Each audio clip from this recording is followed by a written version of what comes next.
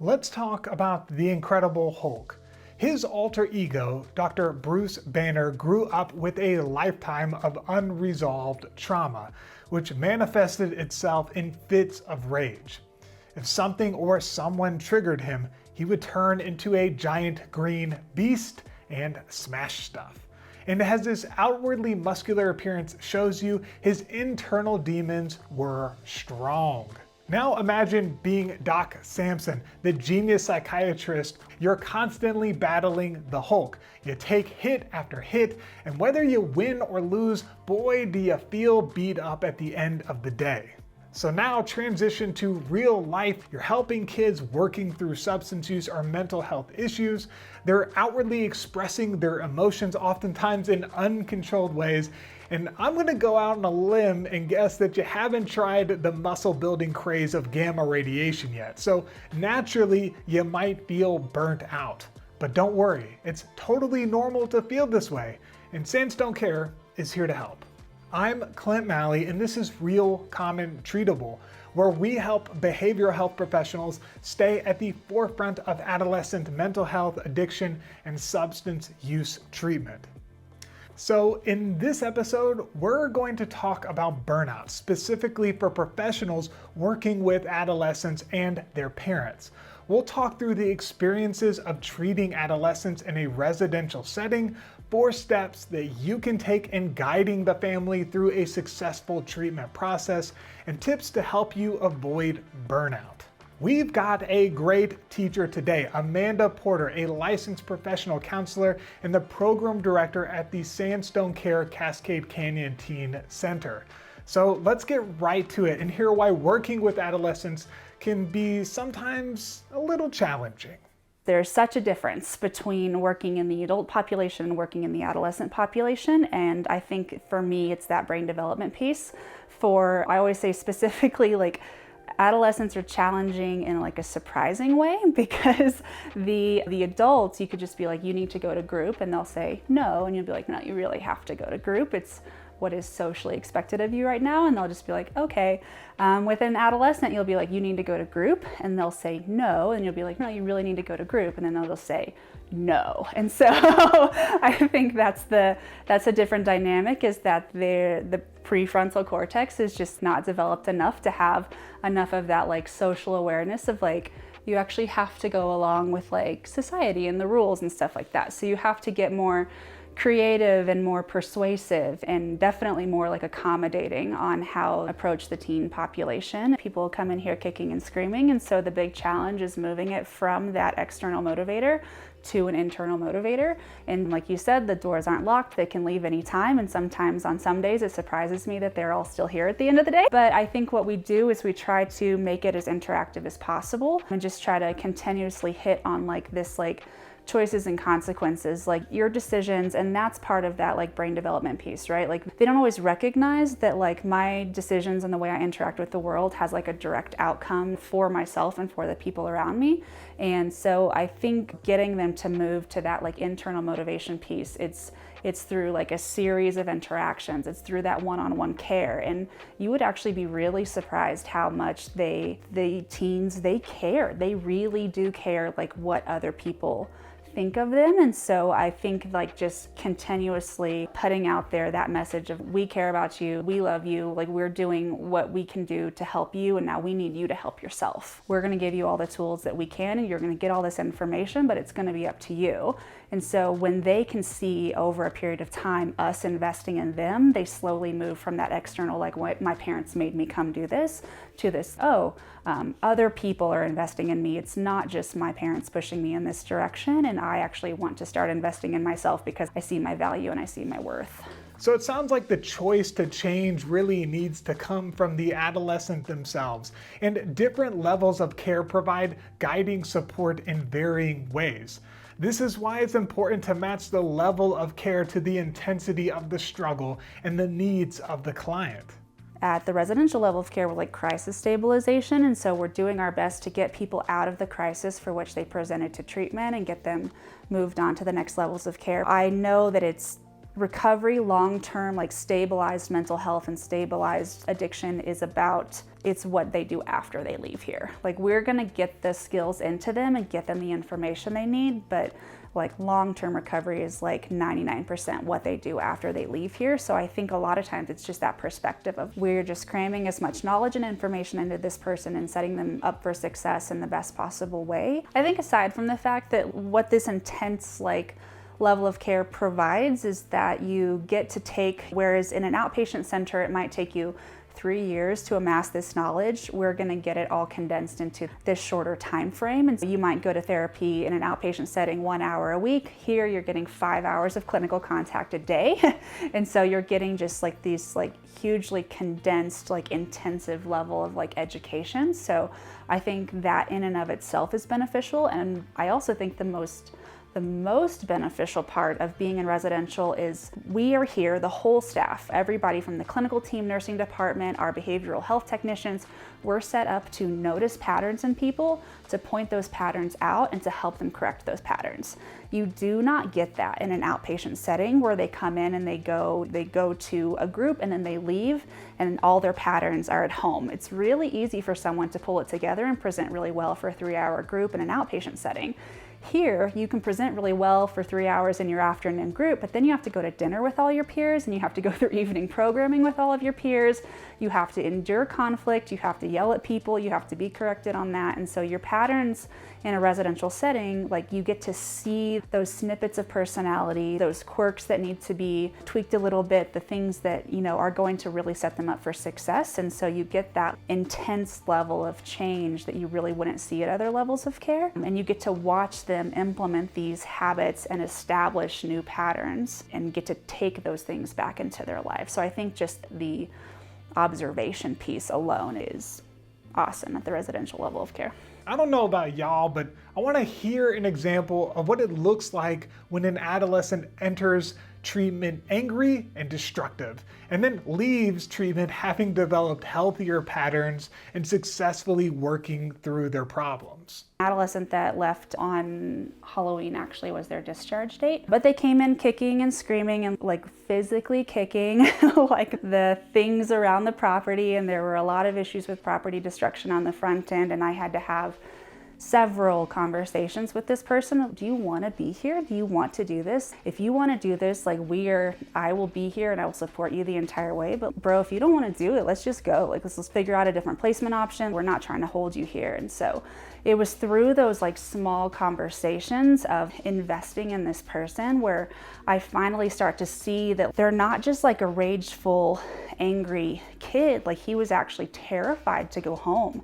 He didn't think he would be successful in reintegrating back into his family environment, into his school environment. And so he was creating like all that like psychic tension, and that anxiety was coming out in these episodes of like property destruction and just like huge swaths of impulsivity. And I remember one day he like smashed one of our mailboxes over here off the wall, and they were actually having group here, and I had to go out there and I was like, come with me. And so we went for a walk. We found out walks were really helpful. So if we could just take a break, that was something that was really helpful to this kiddo. But I just remember it seemed like over time, it was so easy to intervene and change that mood and get him refocused, and like to see the change from the first couple of days where it was like an hour, 2 hours in these individual sessions to kind of like convince him that he wanted to be here and that he wanted to do this, to something as simple as like, you've just smashed something, let's just walk down the driveway and walk back up, and now you've cooled down and you can reintegrate and get back into your life. And yeah, it was really cool because by the time that they were getting ready to leave, we'd actually slated a 30-day stay for this person, and they requested to stay longer, which is really, it's mind-blowing for a kid to advocate for themselves in that way and to be like, I need more of this, I want more of this is working for me, and I want to get as much as possible. And so we extended their stay out to 45 days, and they were able to successfully reintegrate back into their home. And yeah, the transformation was incredible. When an adolescent is acting out, it is important to immediately point out the destructive behavior to them. Bringing attention to the negative patterns of behavior makes the client aware of what they are doing, which then allows them to actively work on changing. So the kid that I was talking about before with the mailbox smashing, the first couple days, perfect angel.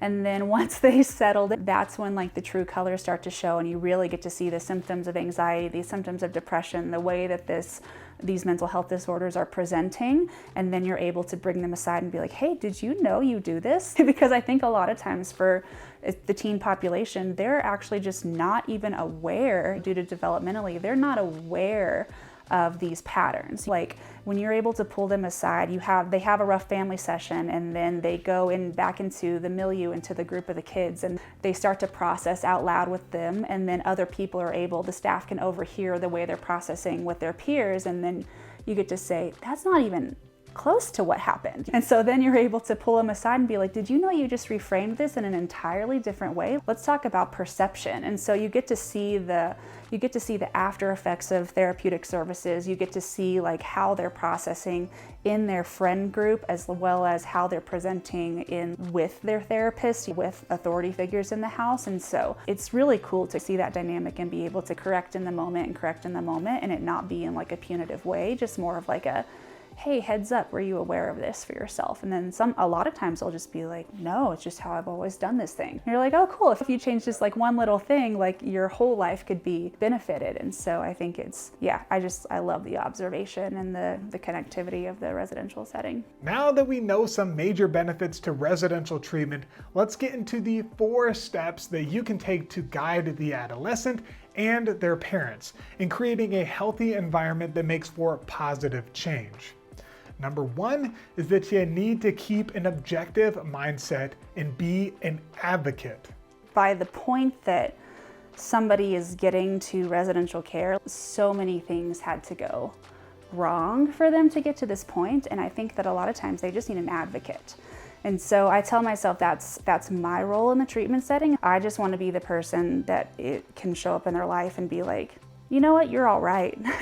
Because I think a lot of times when people come into residential level of care, it's just, you have to do this, you need to go here, like you need to follow these rules. It's, especially for the teen population, very seldom are they self-referrals. It's not often that the kids are being like, hey, I need help and I want to go to treatment and I want to do this. It's like a lot of people pushing them in that direction. So I just try to take as being an advocate for them. And so I think for me, that's really how I avoid being jaded in this treatment setting, and just in my role in general as program director is like always playing devil's advocate. People are so quick to pick up on the negative or to focus on what's wrong with somebody or what do we need to fix or change. And I'm like, let's look at what they're doing. Let's look at how they're progressing well, and let's focus on the positives of this individual and just have compassion for the struggle. Number 2 is to remove any negativity from the situation. It's my number 1 goal is to take the negative spin off of any interaction that I have with them. Even if it's signing an improvement plan, which is like our write-up system here, they're coming to me and I'm like, okay, so this didn't go great. And you know that we cannot continue with this specific behavior. So I'm gonna have you sign an improvement plan. They're like, oh, I'm not signing this. And they get all indignant about it. But I was like, hey, listen, like your fight's not with me. We just have to get something on this piece of paper. When somebody is saying, oh, this, they can't do it, or if a kid themselves is saying, I can't do it, or I won't do it. And I'm like, let's just look at it from the other lens. And I think for me, that's that creativity piece, is just being able to look at it from a different lens. And yeah, you're saying this and you're saying you can't, or you're saying you won't, you're saying you're not able to, you can't get out of bed and go to group. And I was like, what would it be like if we just did? What would that world look like if we got up right now and we went there? What's the worst possible thing that could happen? And just running through all those scenarios. So how can we take the negativity out of this? What in this dynamic do you actually want to work on? What is it that you even want to change? Is there something you want to change? Help me fill this out. And so I think for me, when I think about being an advocate, I think about being collaborative with the kiddo to move them forward, and definitely just trying to, like I said, take any negative spin off of those interactions, because they've probably had a lot of negativity in their life leading up to this point.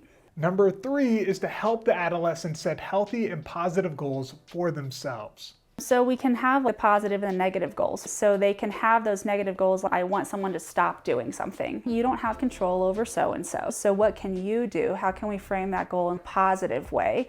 What can you do to get that autonomy goal? Because actually, if we look at developmentally, like where these kids are, like it's one of the 2 main tasks of adolescence. Like first we have identity formation, which is like the younger adolescent trying to figure out who I am.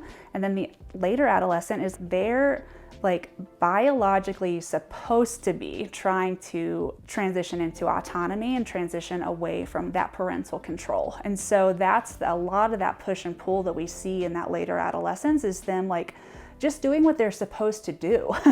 And so like they're supposed to be pulling away from parents, they're supposed to be getting ready to launch into the world, go to college, do all those kinds of things. So for us, a lot of times it's about wrapping back around to goals. It's just about how do we frame that in a more positive thing. So instead of saying, I want my parents to leave me alone, I want to successfully launch. I want to take steps to, successfully integrate into a college environment, or I want to, how do I gain independence? How do I work towards independence? How do I work towards repairing trust that will allow me the space to make my own decisions, or like how do I make healthy decisions so instead of taking that like negativity out of it, we can take that same goal, which is, hey, if you build trust and you work towards independence and you accomplish A, B, and C, like I bet your parents will give you more space to like make these decisions and launch successfully. And we can work on A, B, and C instead of the goal of get them to leave me alone. So far, we've worked on ourselves as professionals, and we've helped the adolescent positively change their outlook.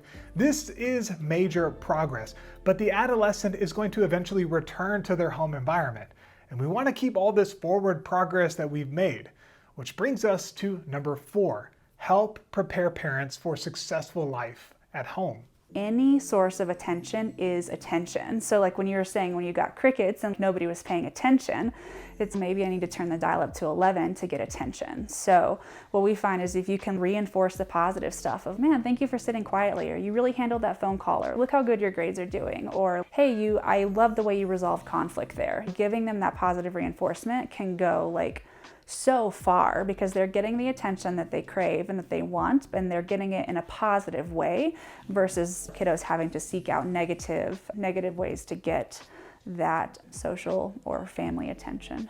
I think what we see actually be more beneficial than the punishment side of things is like positive reinforcement. So promoting, giving them praise for the things that you want them to do. I like to use the example, I used to teach a parenting class actually, and I used to give the example, like when your toddler's like sitting quietly in a room, like coloring, like you're not gonna go in there and be like, oh my God, this is the best thing in the entire world. Even though it's exactly the behavior that you want and it's exactly the behavior you appreciate, we don't really give a lot of like verbal like reinforcement of like, good job, you're doing great. It's just like ignored, like, oh my God, don't disturb them. Everyone be quiet, they're doing what we're supposed to do. But what happens a lot is they get that overt verbal like recognition when there's something negative that happens, and when it comes out in like a punishing way.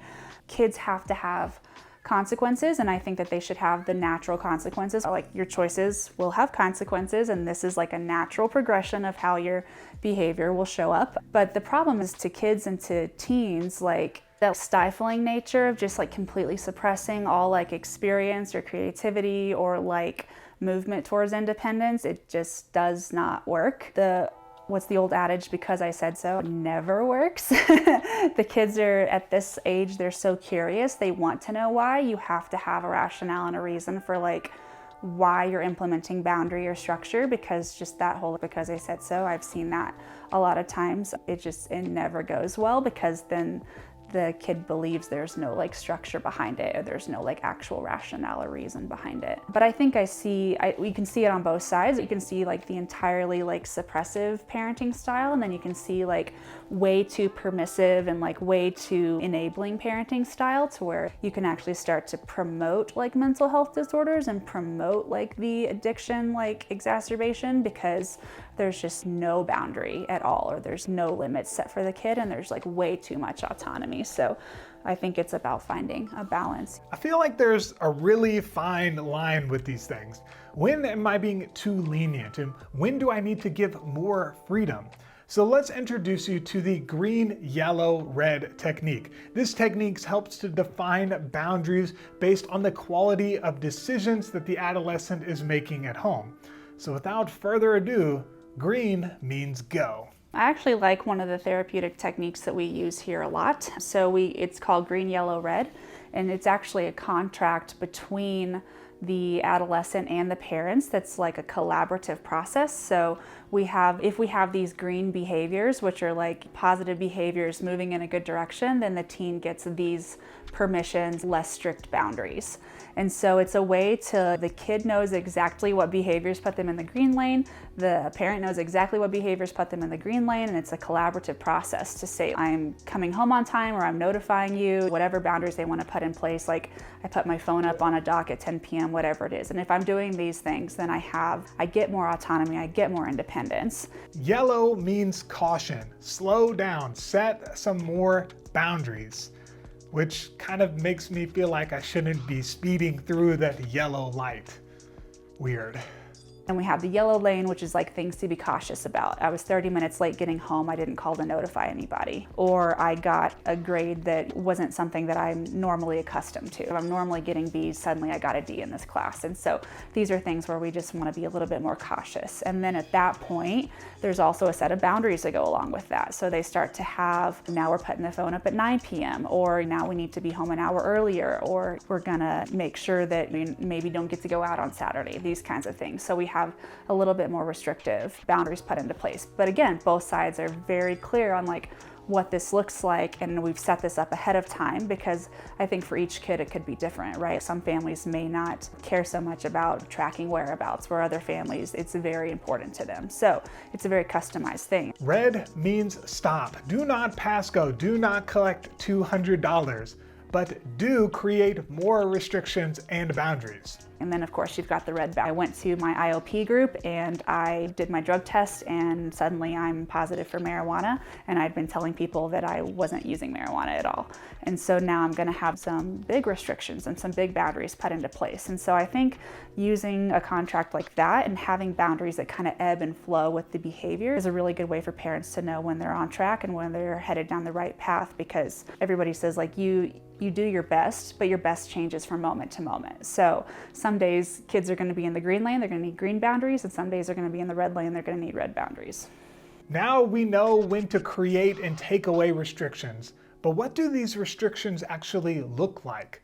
Let's take a look at aftercare boundaries.